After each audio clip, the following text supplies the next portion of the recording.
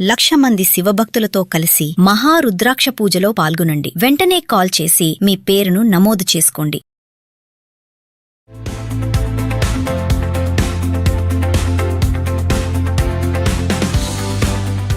నమస్తే, welcome back to Suman TV.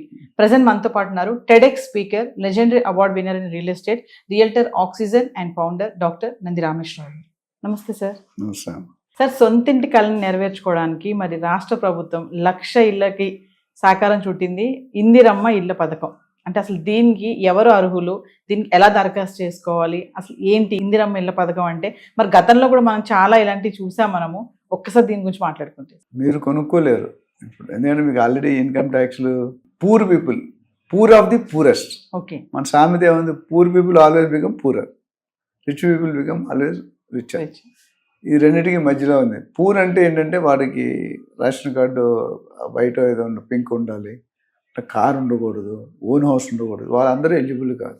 So Indiramma ఇల్లు అనేది పాత కాన్సెప్ట్. ద లేటెస్ట్ లాస్ట్ 10-12 సంవత్సరాలు కనుక చూసుకుంటే కేసీఆర్ గారు 1,50,000 ఇల్లు డిస్ట్రిబ్యూట్ చేయడం జరిగింది తెలంగాణలో. దానికి ₹1 కూడా ఛార్జ్ చేయలేదు. అది పాయింట్ నెంబర్ 2.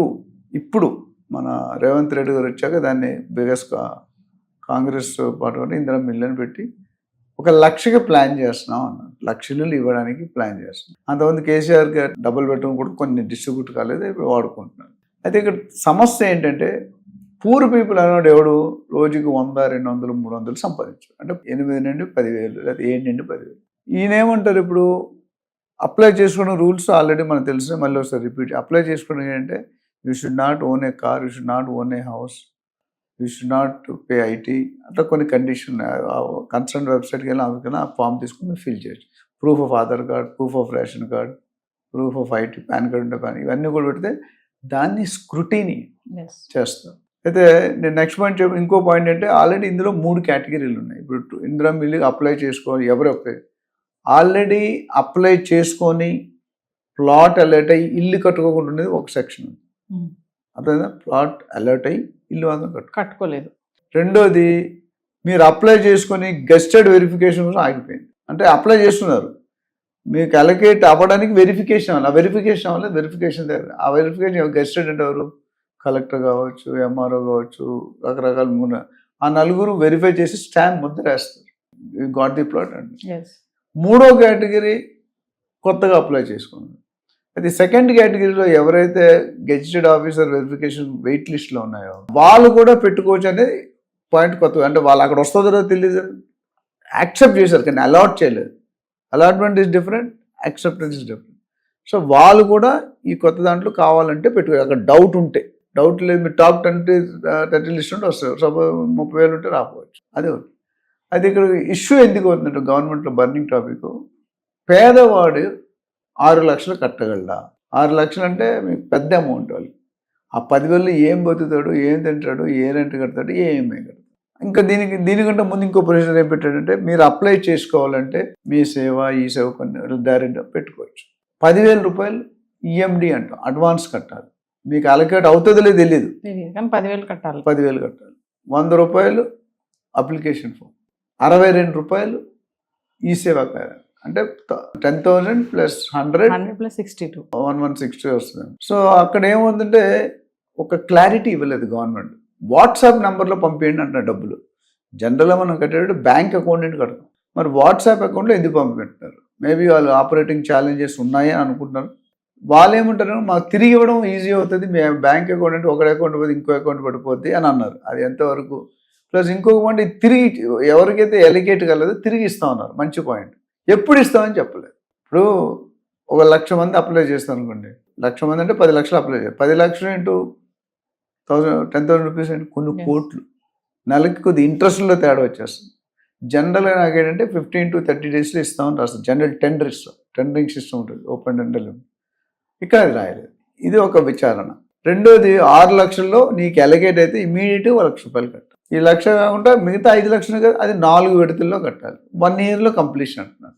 ఇవన్నీ ఒక సైడ్ అయితే ఇప్పుడు ఇంపార్టెంట్ పాయింట్ చెప్తాను. 7,500 ఇల్లు మాత్రమే 1,00,000 ఇస్తానని 7,500 ఎవరికి మీరు డిస్ట్రిబ్యూట్ చేస్తారు? పాపులేషన్ వేలలు కాదు, లక్షలు కాదు, కోట్లు. 7,000 అంటే చాలా. అంటే ఈ లెక్కనే ఇంకో 10 సంవత్సరాలైనా కట్టియలేరు.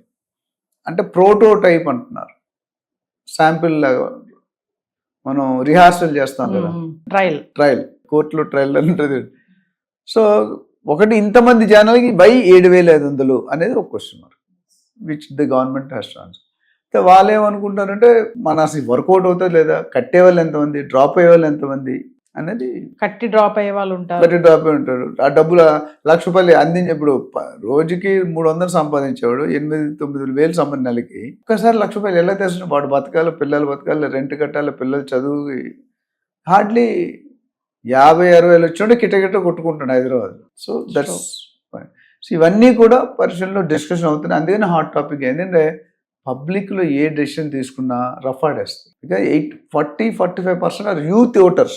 మనం చిన్నప్పుడు చదువు లేకుండా లేవు, ఇప్పుడు అందరూ చదువు, they have their own choice to select their own leader. పబ్లిక్తో పెట్టుకుని నువ్వైనా నేనైనా గవర్నమెంట్ ఎవరిని ఊరుకోరు, ఎంత హైగా ఎత్తగలరు అంత హైగా కూడా దించేయగలరు. సో దట్స్ ఓటర్స్ వల్లే మనం పొజిషన్లోకి వచ్చాం. We have to minimum responsibility take care of voters. అంటే సరే ఒక విషయం, ఇందిరమ్మ ఇళ్ళకి అంటే కాంపిటీషన్ బాగానే ఉంటుందని అనుకోవచ్చా? ఉంటుంది, కట్టే వాళ్ళు ఎక్కువగా ఉంటారు అనుకోవచ్చా? అట్లా దేనికైనా కాంపిటీషన్ ఉంటుందండి. ఎందుకంటే వాళ్ళకి కావాల్సింది ఇప్పుడు ఇంకొక ఇంపార్టెంట్ బాగా గుర్తు చేస్తుంది. నేను మీకు 40 లక్షలు ల్యాండ్ ఇస్తున్నాను, 6 లక్షలు కట్టడానికి ఇస్తున్నాను, దాదాపు 35-40 లక్షలు మీకు ఫ్రీగా వస్తున్నాను. ఎలాగా? యూడిఎస్ అని ఒక మాట ఉంటుంది, అన్డివైడెడ్ షేర్. అంటే నువ్వు ఇప్పుడు ఎన్ని 480 ఫ్లాట్లు కడతానంటే 4 towers 10 floors 12 flats per floor అంటే 480, 120 into 4. అందులో ల్యాండ్ షేర్ వస్తుంది. ఇప్పుడు చిన్న హౌస్ ఉంది, మాలా 3 ఫ్లోర్సే ఉన్నది, షేర్ ఎక్కువ వస్తుంది, 70, 80, 100 స్క్వేర్ యార్డ్స్.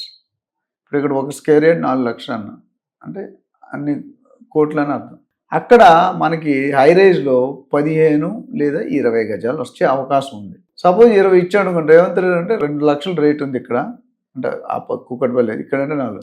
సో 2 లక్షలు ఇంటూ 20 గజాలు మీకు ఇచ్చాను, అంటే 40 లక్షలు. అది 40 లక్షలు చెప్తాడు.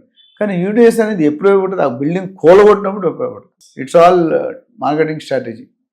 అది 40 లేదా 35, ఇది ఒక 6 లక్షలు, 40 లక్షలు మీకు గవర్నమెంట్ అంటే ఫ్రీగా వస్తుంది. So that is trying to get a credibility. అది తప్పు అన్నో రైట్ అన్నో అన్ని ప్లేసుల్లో 2 లక్షలు ఉండకపోవచ్చు, 1 లక్ష ఉన్నది, ఇంకా దూరంగా పోతే 50,000 ఏదేమిటి లక్షలు అయితే మీకు ఫ్రీగా వస్తుంది. సో ఇవన్నీ కూడా నమ్మశక్యంగా కొన్ని లేవు, కొన్ని ఓకే, కొంత క్లారిటీ రావాల్సిన అవసరం ఉంది. ఆ క్లారిటీ వస్తే maybe people may accept. So ఇవన్నీ చేసినప్పుడు సామాన్యుని దృష్టిలో పెట్టి చేయాల్సింది, అప్పుడు కామన్ పబ్లిక్ యాక్సెప్ట్ చేస్తారు. కామన్ పబ్లిక్ 6 లక్షలు కట్టంటే హైలీ ఇంపాసిబుల్. మరి ఇందులో స్కామ్స్ ఏమైనా జరిగే ఛాన్సెస్ ఉన్నాయా సార్? మీరు అన్నారు బిలో పవర్టీ లైన్ బాగా పూర్కి. ఇందులో మా సజెషన్ అంటే అనలిస్ట్గా what we feel is maybe కొంతమంది వర్కౌట్ చేస్తున్నారు. ఈ పూర్లో కూడా ఏబిసి గ్రేడ్ వేయాలి. ఓకే, ఏబికి ఇప్పుడు సి గ్రేడ్ అంటే ఎవరైతే బాగా తినలేని పరిస్థితిలో ఉన్నారో వాళ్ళకి ఏమైనా రాయితీలు ఇవ్వడం బెటర్. గవర్నమెంట్ కూడా డబ్బులు పుల్ చేయాలి కదా, వాళ్ళు కూడా తప్పేమన్నాం 6 లక్షలు తీసుకున్నాం. బట్ డిపెండింగ్ ఇప్పుడు ₹1,00,000 తెచ్చుకున్నాడు 6 లక్షలు కట్టేస్తాడు, 10,000 తెచ్చుకున్నాడు కట్టుకోలేడు. అదొక. సో ఇవన్నీ continue. I think government will discuss, they will take these points into కన్సిడరేషన్లో తీసుకొని they may take an appropriate decision అనుకుంటాం. ప్లస్ ఛాలెంజ్ కూడా 1 lakh ఇల్లు ఎప్పుడు కడతారని ఆన్సర్ అప్పుడు గవర్నమెంట్ ఉంటుందా లేదా మనకు తెలియదు. అక్కడ కూడా అంటే ఈ 7,000, 8,000, 10,000 చెప్తే 10 సంవత్సరాలు కావాలి మినిమం. ఈ 10 సంవత్సరాల్లో ఏమవుతుంది, ఎవరు ఉంటారు, ఎవరు పోతారు అనేది దర్ నో.